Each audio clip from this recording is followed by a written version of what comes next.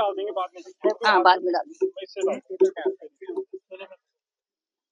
छोड़ दो मिट्टी से, बैठे रहो मैं इससे डाल दूं। भाई ये लगा दो ना, लगा देंगे पहले मिट्टी डाल देंगे उसके बाद लगाएंगे।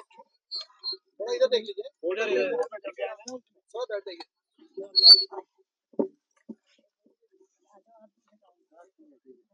आइए ना भाई साहब प्लीज उधर से।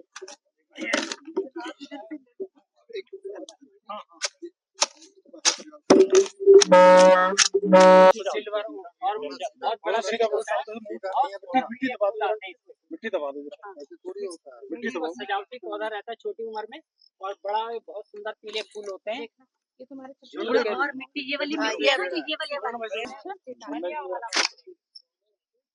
बस ऐसे ले लो ऊपर से बस। ये चौक पे आ गए ना,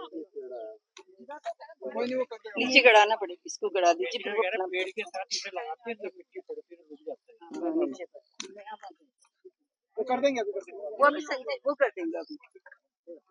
दिखेगा क्या? वो खोदेगा इसको पहले फिर से लगाएगा। तो ये नहीं, यही नहीं, ये टेढ़ा हो रखा ना इस टाइम। बहुत बढ़िया। सभी को नमस्कार।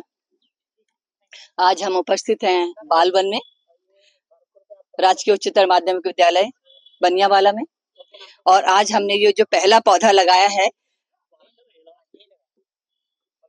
लेफ्टिनेंट क्या है, कैप्टन अक्षत उपाध्याय के नाम का लगाया है। उसका 31 अगस्त को जन्मदिन है, लेकिन हमने पौधा पहले लगा दिया है ताकि उसको सूचना मिल जाए कि मेरे नाम का पौधा लग चुका है। और अभी हाल में ही ये 5 तारीख को 5 जुलाई को शौर्य चक्र से सम्मानित इनको किया गया है।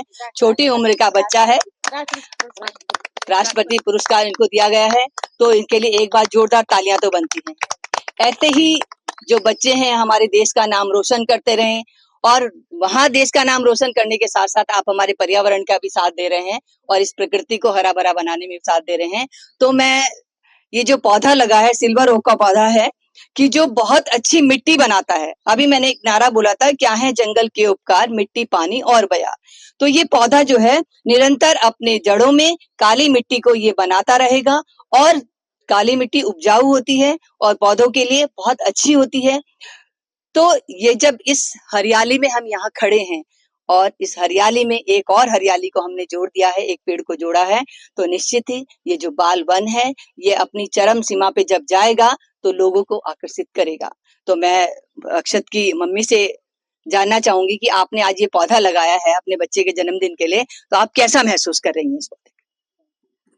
आज मैं बड़ा गर्व महसूस कर रही हूँ कि मेरे बेटे ने देश के लिए इतना बड़ा काम किया और उसको राष्ट्रपति ने हमारे सम्मानित किया। तो मैं सोचती हूँ कि ऐसी वो देश के लिए कार्य करता रहे और अपने पर्यावरण के लिए भी एक पहल तो करी है, कम से कम छोटी सी पहल है, लेकिन एक छोटी सी पहल के लिए मैं इस धात संस्था का धन्यवाद करती हूँ जिन्होंने हमें ये मौका दिया और हमें ये छोटा सा कार्य करने का एक अवसर प्रदान किया। Thank you. धन्यवाद सुषमा जी। आप इसी तरह से हमारे साथ धात के साथ मिलकर आप कदम से कदम बढ़ाते रहें, क्योंकि धात तो धात लगा रही है, हम तो केवल धात लगा रहे हैं और लोग हमारे साथ जुड़ते जा रहे हैं।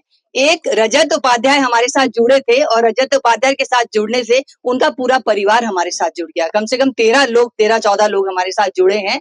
तो ये धात के लिए गर्व की बात है कि धात के परिवार का निरंतर विस्तार हो रहा है, और इसी कड़ी में हम निरंतर पौधे लगाते चलेंगे। और अब हम अगला पौधा लगाएंगे हम रजत उपाध्याय जी के नाम का, और मेजर साहब हमारे साथ में हैं, तो कैप्टन साहब के लिए मेजर साहब तो कुछ ना कुछ जरूर कहना चाहेंगे। मेजर साहब। Thank you ma'am.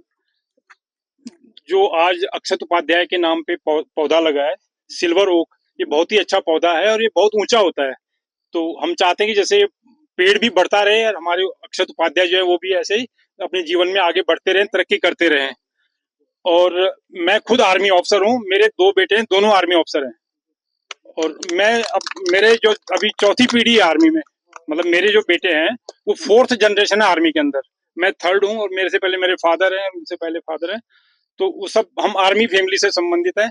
और हम अभी पेड़ लगा रहे हैं। जो पेड़ होता है ये किसी एक व्यक्ति का नहीं होता है। भले ही मेरे घर में पेड़ होता है लेकिन वो मेरा नहीं होता है, वो पूरे समाज को हवा देता है। ऑक्सीजन उस घर का मालिक थोड़ी लेता है, वो पेड़ लगाता है, लेकिन वो क्या है, पूरे समाज को, मोहल्ले को, सब जगह उसकी हवा जाती है, उसकी छाया में सभी लोग बैठते हैं। इसी प्रकार सैनिक होता है, वो सैनिक किसी एक परिवार का नहीं होता है, वो पूरे देश का होता है, वो पूरे देश की रक्षा करता है। सैनिक जो भी होता है वो पूरे देश की रक्षा करता है। तो जैसे उत्तराखंड में इतने सारे सैनिक है, तो केवल उत्तराखंड के नहीं, हमारे पूरे भारत के सैनिक हैं, और हमें अपने सैनिकों पे गर्व है। और हम इसीलिए जो है निश्चिंत होकर के सोते हैं रात में, क्योंकि हमारे जो सैनिक हैं वो बॉर्डर पर एकदम अलर्ट होकर पहरा दे रहे हैं, बंदूक के साथ खड़े हैं। दुश्मन का कोई भी उधर आंख उठा के देखता तो उसको उसी टाइम जो है खत्म कर देते हैं दुश्मन को।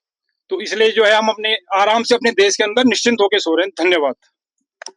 धन्यवाद मेजर साहब, आपने वास्तव में बहुत अच्छी बात बताई, क्योंकि ये तो सत्यता है कि जब तक सैनिक, हमारे देश के सैनिक हैं, वो पहरा देते रहेंगे तो हम जो है चैन की नींद सोते रहेंगे। धन्यवाद।